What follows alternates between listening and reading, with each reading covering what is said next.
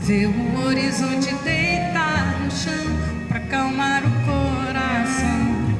Lá o mundo tem razão, terra de heróis, lares de mãe.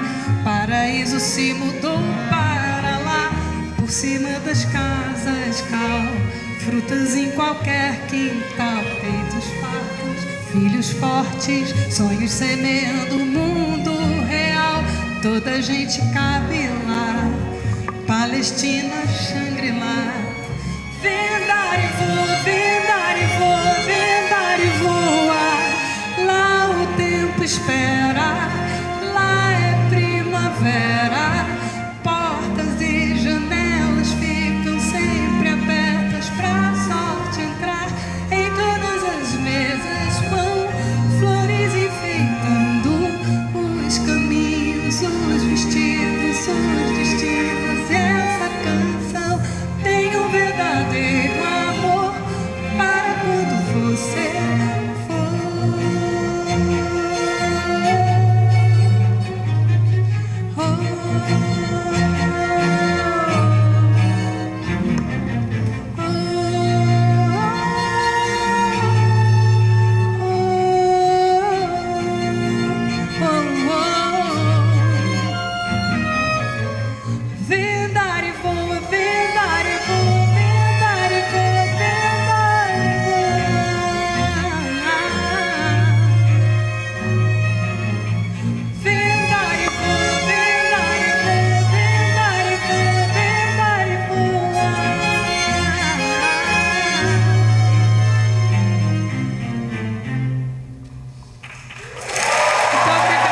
entrar no Largo de São Francisco é atravessar uma parte da própria história brasileira. Essas arcadas guardam quase 2 séculos de debates, disputas, esperanças e conquistas que ajudaram a construir o nosso país.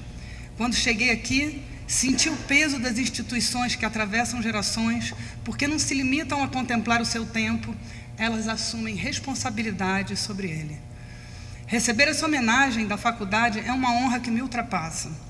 E hoje eu não estou aqui apenas como artista, cantora, compositora e produtora, e sim represento a cultura brasileira, os compositores, os intérpretes, os músicos, os técnicos, os produtores, os escritores, os cineastas, os artistas visuais e todos aqueles que transformam a experiência humana em linguagem, em memória, em identidade e em sentido.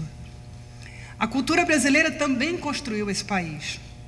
Construiu ao lado do direito, da educação, da política, lutando por liberdade e por justiça. Em muitos momentos, quando faltaram palavras à vida pública, uma canção deu voz ao que precisava ser dito. Quando a violência tentou apagar histórias, a arte preservou nomes, afetos e identidades. Quando o Brasil precisou se reinventar, recorreu à sua arte, à música, à literatura, ao cinema e às suas tradições populares. Por esse motivo, a Faculdade de Direito da USP abre suas portas hoje a uma artista que dá hoje o seu testemunho sobre a relevância do direito no dia a dia de sua atividade profissional. O direito nos conecta com todas as forças com as quais temos que lidar para colocarmos arte no mundo. Intermedia as relações humanas e empresariais, protege os mais fracos e busca equilibrar as forças e os poderes, organizando a sociedade. Todo artista precisa conhecer seus direitos, saber que existem leis que protegem suas obras, e a cultura tem o dever de dialogar com quem formula leis quando as leis vigentes já não são mais adequadas à realidade. Minha relação com a USP não começa hoje.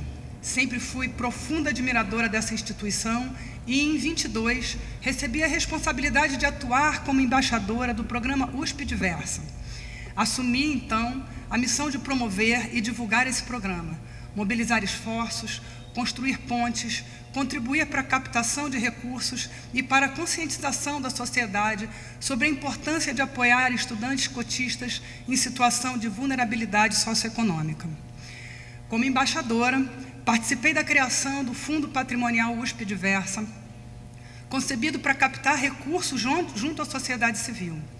Hoje, o fundo está estruturado e ativo, dando continuidade a esse propósito essencial de ampliar oportunidades e garantir condições para que esses estudantes possam permanecer na universidade e desenvolver plenamente o seu potencial. Essa missão me deu a oportunidade de ampliar o compromisso que a USP me confiou, transformando uma política universitária de inclusão em uma verdadeira política de Estado, destinada a garantir condições de permanência estudantil nas universidades públicas brasileiras. Assim, atuei diretamente na interlocução com o Poder Legislativo para a elaboração e a tramitação do projeto de lei 3.118 de 24, transformado em lei pelo Congresso Nacional em junho de 25, sancionada pela Presidência da República no mês seguinte e atualmente em fase de regulamentação. Essa nova lei garante condições para que os estudantes possam concluir sua graduação com dignidade, promovendo a inclusão em sua dimensão mais profunda, duradoura e transformadora que só a educação pode proporcionar. Em junho de 23, ao lado da professora Ludmila Jar, criei o Espaço Imaginário Marisa Monte, no Instituto do Coração do Hospital das Clínicas da Universidade de São Paulo. Concebido para oferecer arte e bem-estar, o espaço reúne pacientes e acompanhantes, adultos e crianças, além de médicos e demais profissionais do hospital, em torno da música, da literatura e das atividades criativas. Ali, as pessoas podem conviver, trocar experiências, participar de oficinas e celebrar a vida, atenuando a dureza e as angústias inerentes à internação hospitalar. A iniciativa nasceu dos muitos relatos que escutei ao longo dos anos sobre a capacidade da música de aliviar o sofrimento físico, emocional e psíquico. Por meio da imaginação, do sonho, da esperança, a arte pode reconectar as pessoas à vida e produzir transformações que muitas vezes se aproximam a verdadeiros milagres de cura. Tenho orgulho de dizer que, apenas no último ano, mais de 1.500 livros circularam pelos quartos de um hospital público. Crianças bordaram dentro da UTI. Instrumentos foram tocados ao vivo durante aulas de crochê. Mães encontraram acolhimento e cuidado em uma rede de apoio espontânea, solidária e comovente. Esse projeto, realizado através de doações privadas, é a prova viva da força da arte e da filantropia, e hoje já está sendo replicado em outras instituições. Nos últimos 35 anos, tenho viajado pelo mundo, levando música brasileira para todos os cantos. Ao cantar nos principais teatros e salas de concerto, em países como Alemanha, Estados Unidos, Holanda, Inglaterra, França, Austrália e Japão, percebo o quanto a filantropia, aliada a boas políticas de Estado, é fundamental para o desenvolvimento da cultura, da ciência e da educação. O Brasil precisa avançar muito no sentido de desenvolver um ambiente fiscal propício que incentive a sociedade civil a participar ativamente da construção do seu próprio destino. Dentre muitos momentos marcantes que tenho vivido na USP, cantar na Praça do Relógio, em 24, foi para mim muito mais do que realizar um espetáculo. Ao lado da Orquestra Sinfônica da USP, sob a regência do meu parceiro, maestro André Bachur, Participei da celebração dos 90 anos de uma instituição decisiva para a história do conhecimento, da democracia e da vida pública brasileira. Diante de mais de 100 mil pessoas, entre estudantes, professores, trabalhadores da universidade e cidadãos vindo de diferentes lugares, senti a força extraordinária de uma comunidade conectada pela música. Em junho de 24, a Universidade de São Paulo concedeu-me o título de doutora honoris causa, aprovada por unanimidade pelo Conselho Universitário. Em 90 anos de história da USP, a USP havia outorgado essa distinção a 123 pessoas. Fui a terceira mulher e a primeira pessoa da área da cultura a receber esse título.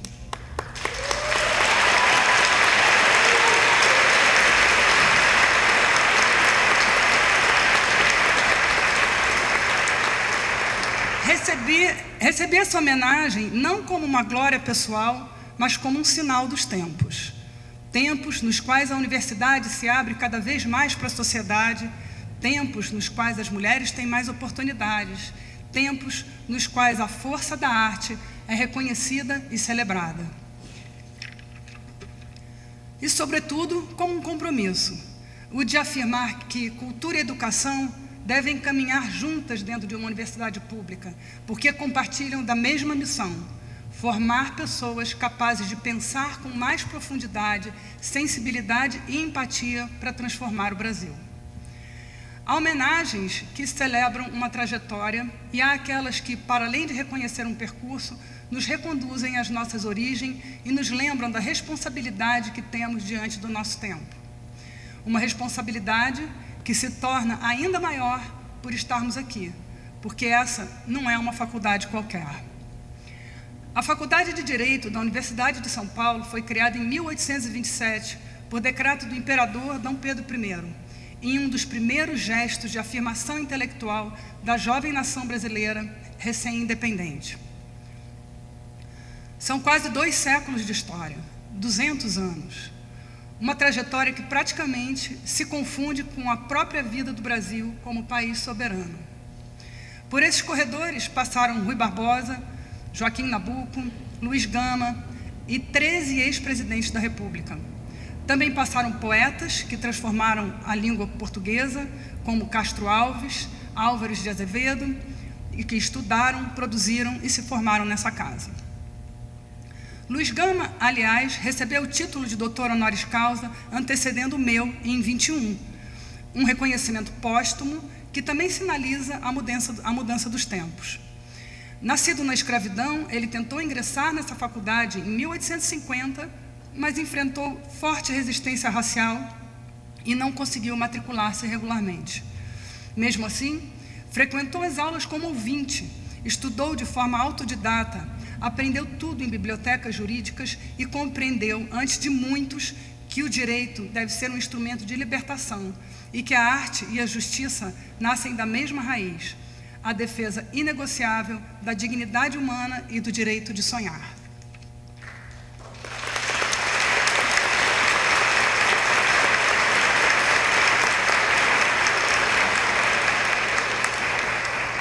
Professora Nelisa, a senhora é a segunda mulher a dirigir essa faculdade em quase 200 anos de história.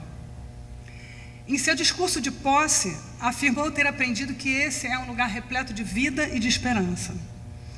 É precisamente por isso que hoje essa casa abre suas portas à arte, que aqui tenho a honra de representar, porque também ela é uma força que nos faz sonhar com a vida e com a esperança. Eu cresci numa casa cercada de música. Não podia ver ninguém com um instrumento na mão sem me aproximar. Em casa, os discos dos meus pais tocavam sem parar. Paulinho da Viola, Cartola, Nelson Cavaquinho, Clara Nunes e os Novos Baianos moldaram a minha escuta. Meu pai era diretor cultural da Portela. Entre o samba e a infância, comecei a compreender que música não era apenas som, era identidade, memória e pertencimento. Aos 9 anos ganhei uma bateria. Depois vieram o piano, o canto e o teatro. Na adolescência ouvi muita música clássica, ópera, pop, reggae, rock, jazz e música africana. Mas foi na música brasileira que encontrei a minha essência. Garimpava discos em sebos, feiras, arquivos, museus e nas coleções da minha família.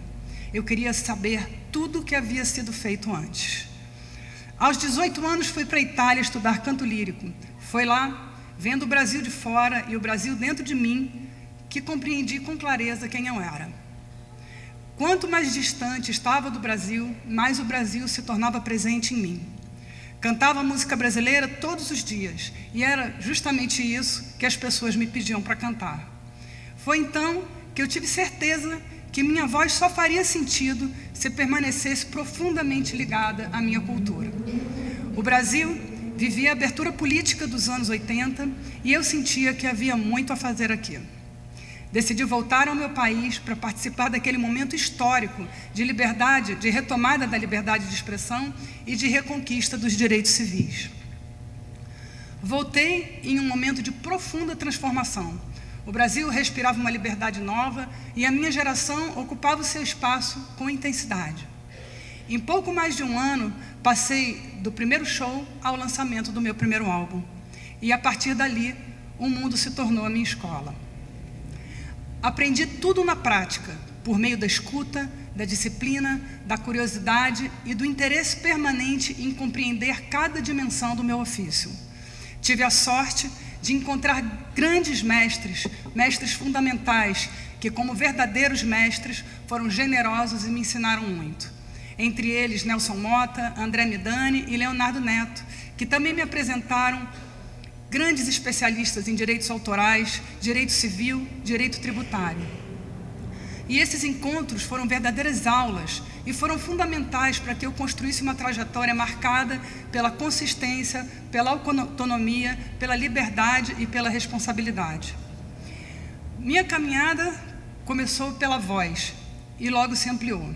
Vieram os músicos, os compositores, os arranjadores, os produtores como Arthur Lindsay, Tom Capone, Ale Siqueira, Mário Caldato, além dos grandes parceiros da minha geração, entre eles Arnaldo Antunes, Carlinhos Brown, Nando Reis, Seu Jorge, Adriana Calcanhoto, e os mestres com quem pude trabalhar e aprender, como Paulinho da Viola, Gilberto Gil, Caetano Veloso, Philip Glass, Ryuichi Sakamoto, Naná Vasconcelos, Cesária Évora, entre muitos outros. Com o tempo, assumi também a produção musical. Passei a criar e produzir álbuns, não apenas para mim, mas para outros artistas, mergulhando no universo criativo de cada um deles. Foi nesse percurso que me aproximei ainda mais da velha guarda da Portela. Ali, compreendi que muitas canções corriam o risco de desaparecer, preservadas apenas na tradição oral e na memória dos grandes sambistas. A curiosidade em conhecer esse repertório transformou-se em compromisso. Realizei uma verdadeira arqueologia musical, criei um grupo de pesquisa, entrevistei bambas em busca do repertório perdido e, a partir disso, produzi álbuns e um filme, O Mistério do Samba, como forma de preservar e transmitir uma das maiores riquezas culturais do nosso país. Sempre tive clareza de que a arte exige liberdade e autonomia. Mas aprendi cedo que autonomia sem consciência, conhecimento e orientação jurídica é apenas uma ilusão. Ao produzir discos de outros artistas, eu me encontrava, ao mesmo tempo, no centro de decisões criativas e estratégicas. Compreendi então, que ser uma artista completa exige vários talentos, além do dom musical. É preciso conhecer o funcionamento do mercado, se interessar pelos contratos, pela linguagem jurídica, consultar especialistas no Brasil e no exterior, compreender diferentes modelos de organização e de negociação e conhecer a história dos direitos e das leis que protegem nossas obras e os criadores. É preciso entender por que determinadas regras existem, como foram construídas e de que maneira se transformaram ao longo do tempo. E que nada surgiu por acaso. Tudo é resultado do trabalho de gerações de artistas e de grandes juristas que se dedicaram a compreender a complexidade da vida, a criar regras e a interpretar as leis de modo a equilibrar as forças necessárias para que a arte pudesse chegar a um mundo com liberdade, justiça e segurança. Além de ser criativa na música e na arte, procurei ser igualmente criativa nos modelos de negócio. Foi assim que criei meu próprio selo, a minha própria editora e assim consegui manter a propriedade patrimonial de toda a minha obra, garantindo a preservação da minha independência e da minha autonomia, mantendo controle sobre tudo que criei. Cada passo que dava, minha relação com o direito tornava-se mais profunda e mais sofisticada. Com o tempo, tornei-me referência para a minha classe, e essa também é uma das razões pelas quais eu estou aqui. Conheço de perto o que acontece quando a consciência da importância do direito não existe. Conheci músicos e compositores extraordinários, homens e mulheres que criaram obras incríveis, autores de canções que todo brasileiro conhece de cor, mas que ainda hoje vivem em condições de extrema vulnerabilidade. Por quê? Porque o direito ainda é inacessível para muitos. Porque o sistema foi construído e, em muitos aspectos, ainda funciona de maneira desfavorável a quem não tem informação, recursos ou poder. Essa é uma questão de inclusão jurídica e de acesso, que em sua essência é também uma questão de justiça. A arte nasce como manifestação espontânea, como expressão livre e profunda da experiência humana. No entanto, muitos artistas populares brasileiros, especialmente os excluídos e periféricos, sempre permaneceram à margem dos mecanismos formais de proteção. E quando o direito não chega até eles, acaba funcionando contra eles. Essas dificuldades sempre existiram, mas se tornaram ainda mais graves diante da profunda revolução tecnológica que estamos vivendo. A indústria musical, baseada em gravadoras tradicionais, cujo negócio era a comercialização de produtos físicos, se transformou em serviços digitais, comandados globalmente pelas Big Techs e pelas plataformas de streaming. Hoje, reconheço que a minha voz ecoa além dos palcos e da música, e eu tenho o dever de zelar pelo patrimônio intelectual e cultural do meu país. A revolução tecnológica dos últimos tempos impôs enormes desafios à defesa dos direitos autorais e à proteção dos criadores perante a ganância das grandes corporações globais de tecnologia que cresceram muito e rapidamente no vácuo de regulamentação.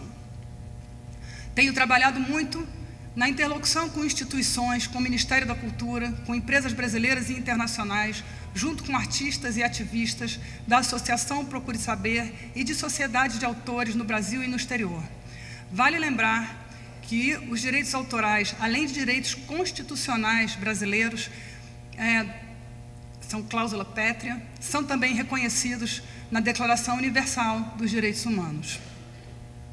Além disso, o Brasil possui uma legislação específica, a Lei 9.610, de 98, que protege as chamadas criações de espírito.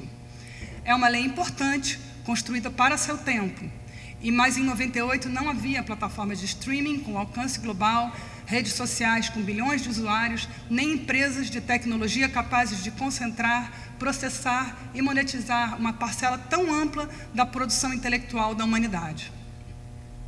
A lei precisa responder a essa nova realidade. Precisa reconhecer com clareza as atribuições, as responsabilidades das plataformas digitais e das Big Techs e exigir transparência, assegurar remuneração justa, reconhecimento para os criadores e impedir que a inovação seja construída às custas da injustiça e da exclusão. Ainda hoje, os músicos brasileiros que participaram de gravações não recebem pela execução do seu trabalho no mundo digital. Gravadoras ainda remuneram artistas baseadas em contratos assinados quando a música era comercializada em discos físicos, quando ninguém poderia imaginar um mundo como ele é hoje. E como se não bastasse, agora uma transformação ainda mais profunda está diante de nós, a inteligência artificial. Sem dúvida, essa inovação tecnológica pode ser uma extraordinária aliada da humanidade. Ao processar milhares de dados com velocidade infinita, pode ampliar possibilidades e abrir caminhos que ainda nem conseguimos imaginar. Ser contra a inteligência artificial seria tão inútil quanto ter sido contra a eletricidade, a fotografia ou a internet. A inovação não deve ser impedida, mas inovação sem regras é território sem proteção. Nenhuma sociedade permitiria que milhões de automóveis circulassem sem legislação de trânsito, sinalização, responsabilidade ou critérios de segurança. Não criamos regras para impedir que os carros avancem, mas criamos regras para que avancem sem atropelar as pessoas. Com a inteligência artificial, o princípio deve ser o mesmo. A tecnologia não pode ser tratada como uma força da natureza inevitável e imune à responsabilidade. Sistemas de inteligência artificial são desenvolvidos por empresas, treinados com obras criadas por pessoas, processados e colocados no mercado segundo modelos de negócio definidos, onde a decisão, com intenção de poder e lucro, deve haver também transparência e responsabilidade. Por trás de cada comando, de cada imagem gerada, de cada música produzida por um algoritmo, existem centros de dados, processadores, redes de transmissão, cabos, minerais raros, energia elétrica e grandes sistemas de refrigeração. Existem recursos hídricos consumidos e decisões econômicas que impactam o meio ambiente e afetam comunidades reais. O mesmo raciocínio vale para os data centers, que são as novas usinas da economia digital. A instalação de um data center não pode ser tratada apenas como um investimento privado ou como uma conquista tecnológica. É preciso um estudo de impacto que responda a perguntas como: de onde virá a energia, quanta água utilizará, qual o custo ambiental e social dessa instalação e quem pagará por essa conta. Não podemos aceitar que o Estado brasileiro ofereça terra, água, energia limpa, incentivos fiscais e dados para que todo o conhecimento, o patrimônio intelectual, o lucro e o poder permaneçam concentrados fora do Brasil. E é aqui que entra a soberania digital.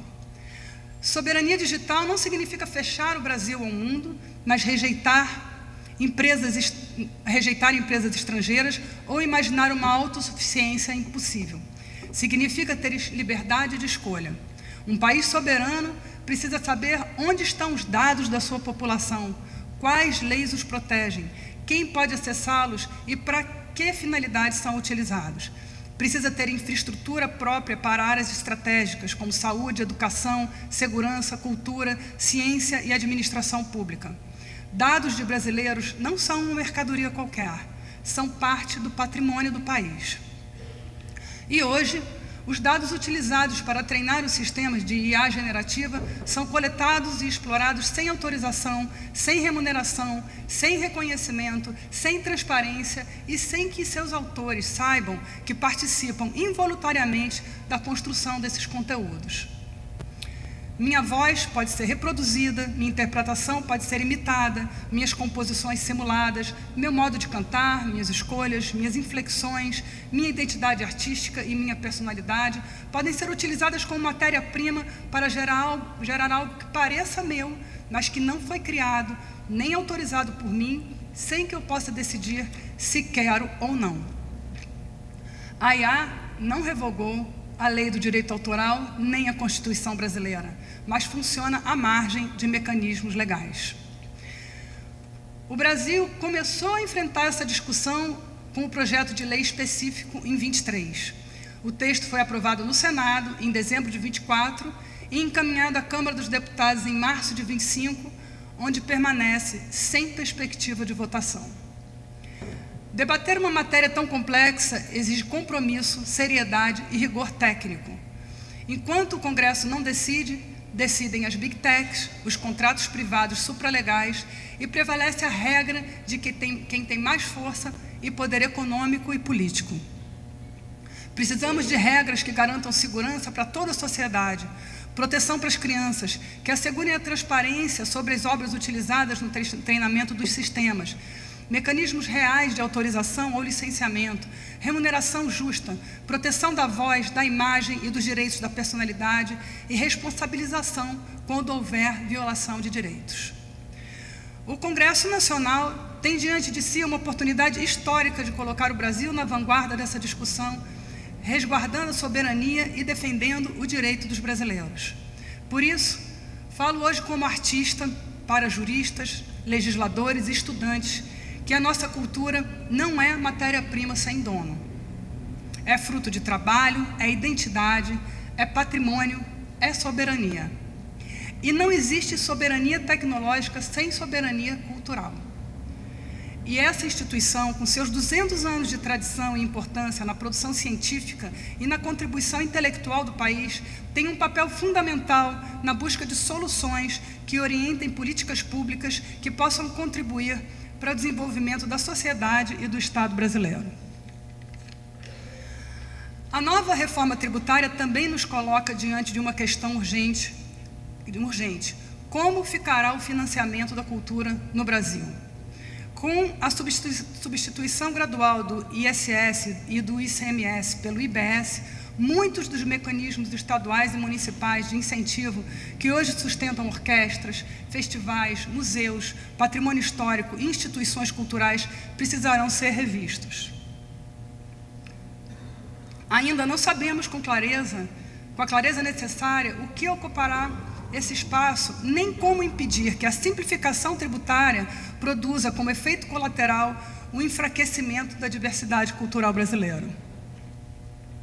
Aqui, na presença do professor Heleno Torres, professor titular de Direito Tributário dessa faculdade, peço que a potência dessa instituição seja colocada a serviço da construção de uma transição que não deixe a cultura sem instrumentos, sem recursos e sem futuro.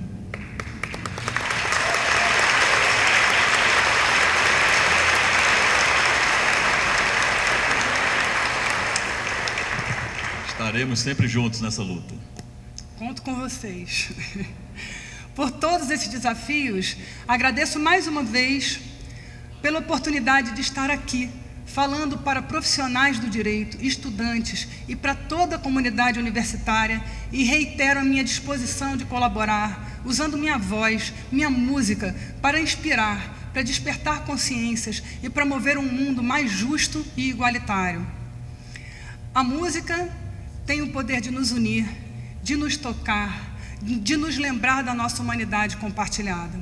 Agradeço profundamente aos músicos e ao maestro que nos acompanham nesse dia tão importante. Agradeço também à minha equipe, Vicky, Maria e Simon, por estarem sempre ao meu lado, tornando tudo possível. E continuarei a compartilhar a minha voz com paixão e autenticidade, para que juntos possamos valorizar a arte, a educação e a cultura, construindo um mundo mais justo, mais sensível, inclusivo e solidário. Eu imagino que todo mundo aqui esteja esperando que eu cante alguma coisa hoje. Já falei bastante, mas eu gostaria mesmo...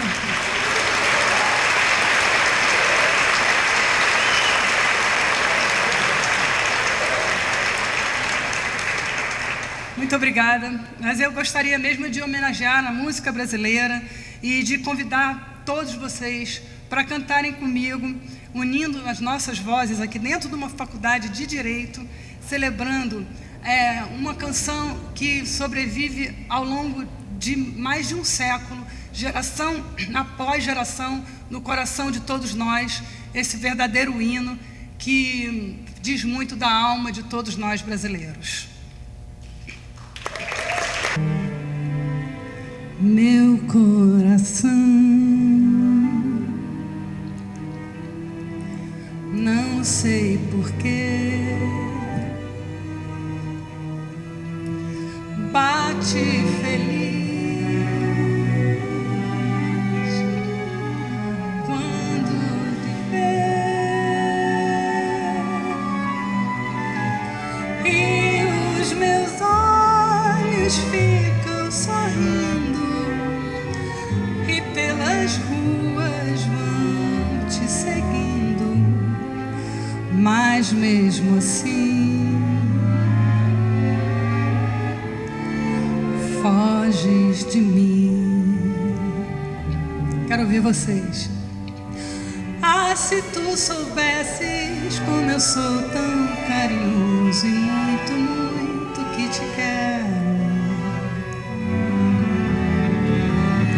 E como é sincero, meu amor, eu sei que tu não fugirias mais de mim. Vem, vem, vem, vem, vem sentir o calor dos